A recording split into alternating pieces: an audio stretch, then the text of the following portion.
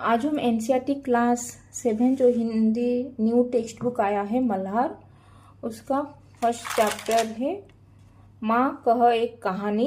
इसका कुछ पंक्तियाँ ऑलरेडी उसका भावार्थ, पंक्ति का भावार्थ ऑलरेडी अपलोड हो चुका है और बाकी जो बचा हुआ जो कुछ पंक्ति है उसी चैप्टर 1 का माँ कह एक कहानी का बाकी पंक्तियों का भावार्थ आज हम करेंगे। तो चलो स्टार्ट करते हैं। हुई पक्ष की हानि।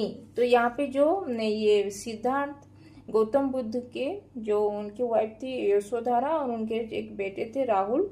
तो यशोधरा अपने बेटे राहुल को अपने राहुल के पिताश्री के बाल्यकाल का स्टोरी वो कहानी वो सुना रही थी अपने बेटे राहुल को। माँ कह एक कहानी, तो ये है।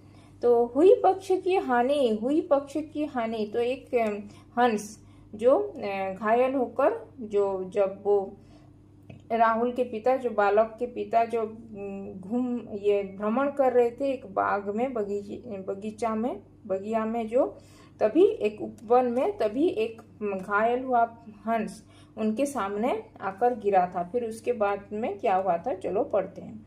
हुई पक्ष की हानि, पक्ष की हानि सॉरी हुई पक्ष की हानि करुणा भरी कहानी। तो यहाँ पे जो कवि हैं इसके कवि हैं मैथिली शरण गुप्त जी ने। तो यहाँ पे लिखे हैं कि यहाँ पे जो माता कह रहे हैं कि उस पक्षी को चोट लगी और उसको बहुत नुकसान हो गया था और बच्चे हैरानी और दुख के साथ वो जो उनकी जो बेटे बालक था जो राहुल जो उसका यहाँ पे कुछ ये नाम यहाँ पे मेंशन नहीं हुआ है, लेकिन यहाँ का जो स्टोरी आप ये गूगल में भी सर्च कर सकते हो। जो सिद्धार्थ गौतम बुद्ध का ये स्टोरी है जो उनके जो बेटे थे राहुल है और उनका पत्नी का नाम था यशोधरा।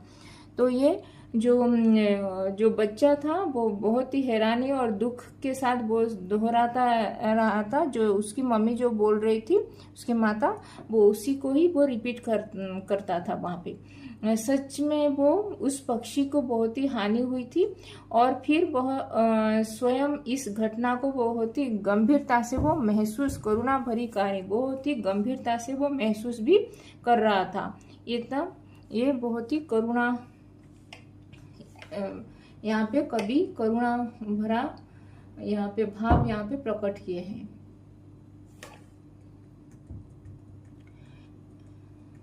यहाँ पे बच्चे के जो मन में जो संवेदना और दया की भावना यहाँ पे कवि दर्शाए हैं।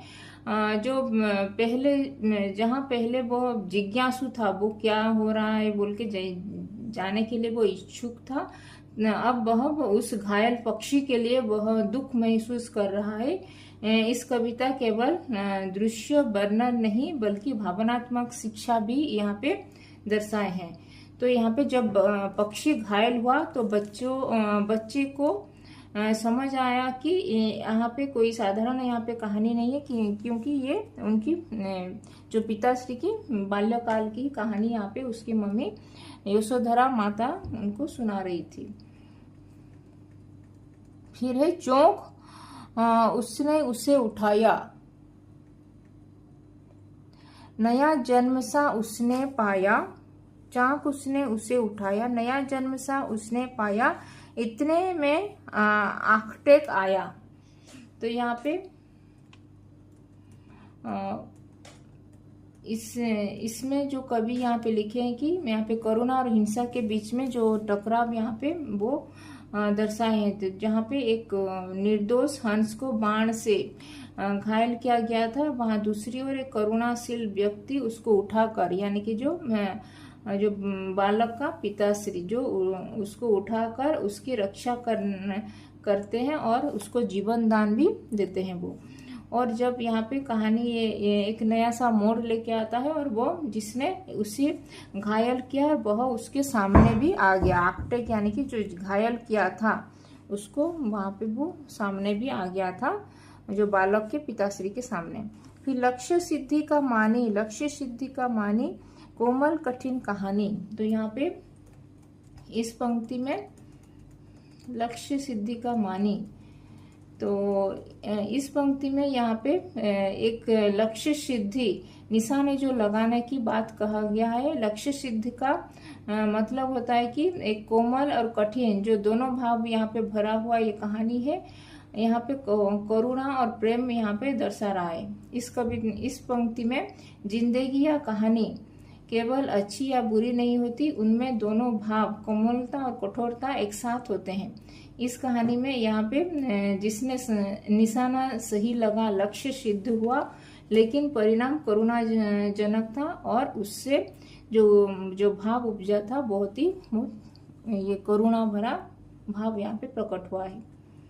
तो यहाँ पे जो बालक था वो पूछ रहा है अपनी मम्मी से, अपनी माता से कि लक्ष्य सिद्धि का अर्थ क्या है। तो माँ बताती है कि यहाँ पे एक ऐसी कहानी है जिसमें स्नेह भी है और संघर्ष भी है, कोमल भावनाएं भी है और कठोर सच्चाई भी है। तो इस पंक्ति में तो फिर मांगा उसने आहत पक्षी तेर तात किंतु थे रखी, तब उसने जो था भगभक्षी। तो इस पंक्ति में जो कवि मैथिली शरण गुप्त जी ने यहाँ पे लिखे हैं, जब शिकारी आकटेक वहां पे आया था, उसने उस घायल पक्षी को वापस मांगा था, क्योंकि उसने उसे तीर से वो ही घायल किया था। वो आकटेक ने असल में वो सिद्धार्थ जी के अपने छोटे भाई देवव्रत थे। तो लेकिन उस समय जो तेरे तात यानी कि जो बालक के जो पिताश्री वो उसको सच्चे रक्षक थे और उसको आहत पक्षी की रक्षा की थी।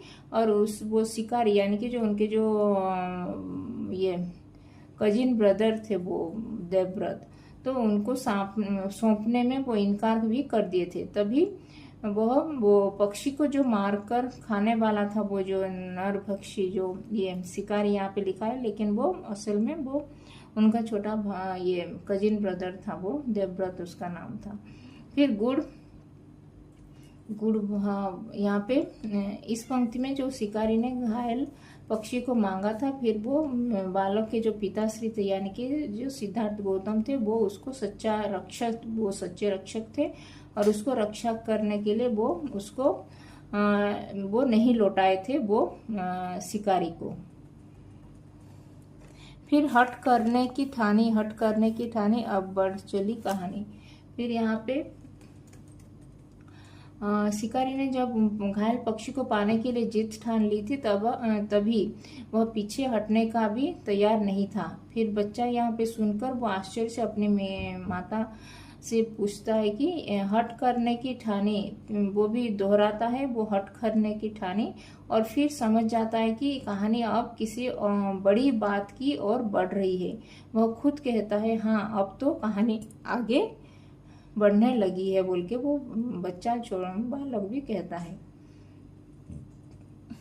यहाँ पे शिकारी ने घायल पक्षी को पाने के लिए जिद किया था, जिससे कहानी अब निर्णायक मोड़ में भी और बढ़ रही थी, दूसरी तरफ वो बढ़ रहा था वो कहानी। फिर हुआ विवाद सदैव निर्दय में, अभय आग्रही थे स्व विषय में, गई बात तब न्यायालय में।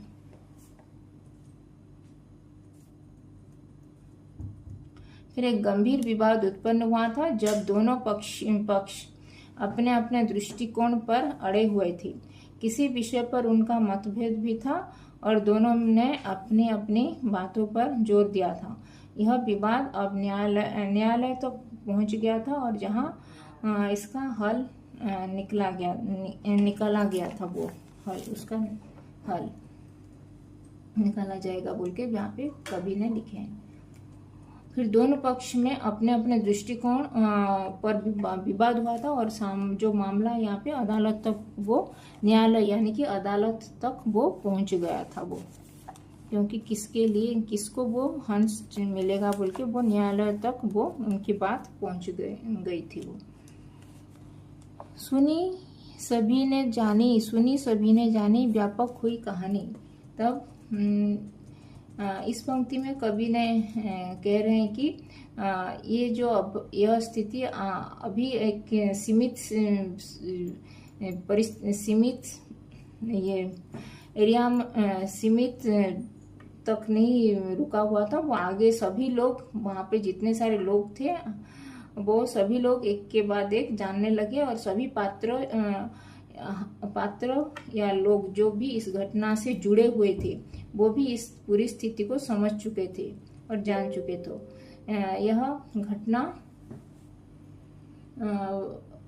घटना अब केवल एक छोटे से विवाद से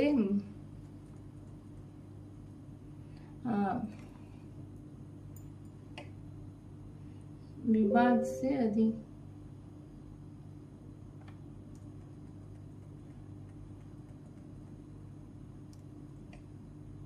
यह कहानी अब सामूहिक प्रभाव और व्यापकता से आगे बढ़ी रही थी। यदि चाहे तो मैं अब तक के सारे अंश जोड़कर एक निरंतर और संपूर्ण कथा रूप में प्रस्तुत कर सकता हूँ। यहाँ पे जो कवि यहाँ पे लिखेंगे, सुनी सभी ने जानी व्यापक हुई कहानी।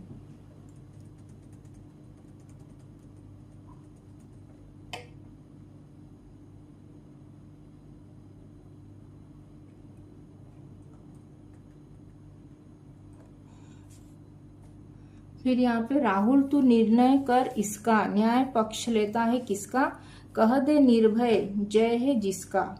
तो यहाँ पे राहुल तू निर्णय कर इसका, तो अभी वो राहुल, अभी पता चला राहुल जो लड़का जो उसकी मम्मी से सुन रहा है कहानी, वो लड़का छोटा सा बालक का नाम था राहुल और उसकी मम्मी का, वो माता का नाम था जो यशोधरा, और उनके जो राहुल के पिताश्री थे सिद्धार्थ गौतम, जो उनके राहुल के पिताश्री का अभी उसकी जो माता राहुल को पूछ रहे हैं कि निर्णय कर इसका, न्याय पक्ष लेता है किसका, कह दे निर्भय जय है किसका। तो इस पंक्ति में कवि मैथिली शरण गुप्त जी ने यहाँ पे लिखे हैं कि न्याय के अंतिम निर्णय की ओर संकेत करते हुए विवाद का समाधान अब न्यायालय में होना है और अंतिम निर्णय इस पर निर्भर करेगा कि कौन सही था और किसे न्याय मिलेगा। यह न्याय की प्रक्रिया के अंतिम चरण को व्यस्त करती है जहां सत्य और धर्म की जीत सुनिश्चित होती है। यहाँ पे सुन लो तेरी बानी माँ मेरी क्या बानी, मैं सुन रहा कहानी। सुन लो तेरी बानी, माँ की बात सुनना। यहाँ पे जो यहाँ पे माँ वो बालक को कह रही है कि तुम मेरी बात सुन लो और समझो जो मैं कह रही हूँ। बच्चा उत्सुकता से वो जवाब देता है कि माँ मैं तो सिर्फ तुम्हारी कहानी सुन रहा हूँ, मुझे अभी तुम्हारी बातों से ज्यादा मजा आ रहा है बोल के वो कहने लगता है। सुन लो तेरी बानी माँ तेरी क्या बानी, मैं सुन रहा हूँ तेरी कहानी। तो ये था माँ अपने बालक को पूछ रही है कि तुम मेरी बात सुन लो और समझो जो मैं कह रही हूँ, और बच्चा भी उत्सुकता से वो जवाब देता है कि माँ मैं तुमको ही सिर्फ, माँ मेरी कथा बानी, मैं सुन रहा कहानी। वो कहता है माँ मैं तुम्हारी कहानी ही सुन रहा हूँ, मुझे अभी तुम्हारी बातों से बहुत मजा आ रहा है बोल के वो कहानी से बोल के वो कहता है। कोई निरपराध को मारे तो क्यों अन्य उसे न उबारे, रक्षक पर भक्षक को बारे। तो यहाँ पे माँ बच्चा को समझाना चाहता है कि लेकिन बच्चा पूरी तरह से कहानी से खो गया है और यह कहानी में सुनने में वो मग्न है। यदि कोई निर्दोष व्यक्ति यहाँ पे जो मारा जाता है तो यहाँ पे लोग उसकी मदद करने में, बचाने में प्रयास नहीं करते, क्योंकि वो रक्षक जो सुरक्षा देने वाला होता है वही भक्षक बन जाता है। तो इस पंक्ति में जो समय के न्याय और समाज के विडंबना को उजागर करते हुए जो रक्षक होते हैं और आक्रामक भक्षक बन जाते हैं, जो निर्दोष होते हैं वही बिना किसी कारण के हानि पहुंचाते हैं। यह मानवता और न्याय के स्थिति को दर्शाता है और जब सच्चे रक्षक दूसरों को बचाने के बजाय उन्हें हानि पहुंचाने का काम करने लगते हैं। तो इस पंक्ति में ये कवि कह रहे हैं, कोई निरपराध को मारे तो क्यों अन्य उसे न उबारे, रक्षक पर भक्षक को बारे। न्याय दया की दानी, न्याय दया की दानी, तूने गुनी कहानी। तो यहाँ पे न्याय दया की दानी, न्याय दया की दानी, तूने गुनी कहानी।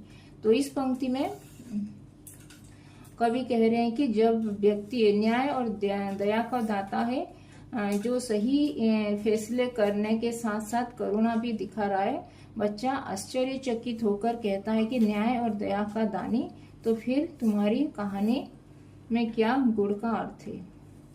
तो यहाँ पे न्याय और दया की महिमा यहाँ पे दर्शाते हुए जो न्याय करते हुए दया भी दिखाता है, वह असली न्याय करता है और बच्चा इस ज्ञान को समझने की कोशिश करता है यहाँ पे। तो यहाँ पे कोई निरपराध को मारे तो क्यों उसको अन्य उबारे। यदि कोई निर्दोष निरपराधी व्यक्ति मारा जाता है तो क्यों अन्य लोग उसकी मदद करने या उससे बचाने का प्रयास नहीं करते, यह सवाल उठाता है। तो समाज में जो क्यों लोग अन्याय के खिलाफ आवाज नहीं उठाते, और जब किसी को निर्दोष रूप से नुकसान पहुंचाया जाता है तो क्यों उसे बचाने के लिए कोई सामने नहीं आता। जब रक्षक भक्षक को बारे, तो यहाँ पे कहा जा रहा है कि जो रक्षक है वो तभी वही कभी कभी भक्षक भी बन जाते हैं। यह एक विडंबना की सुरक्षा देने वाले लोग खुद दूसरों की हानि पहुंचाने का काम करने लगते हैं। यह समाज में असमानता और भ्रष्टाचार का दर्शाता है, जहां रक्षक का कार्य बदलकर भक्षक का कार्य बन जाता है।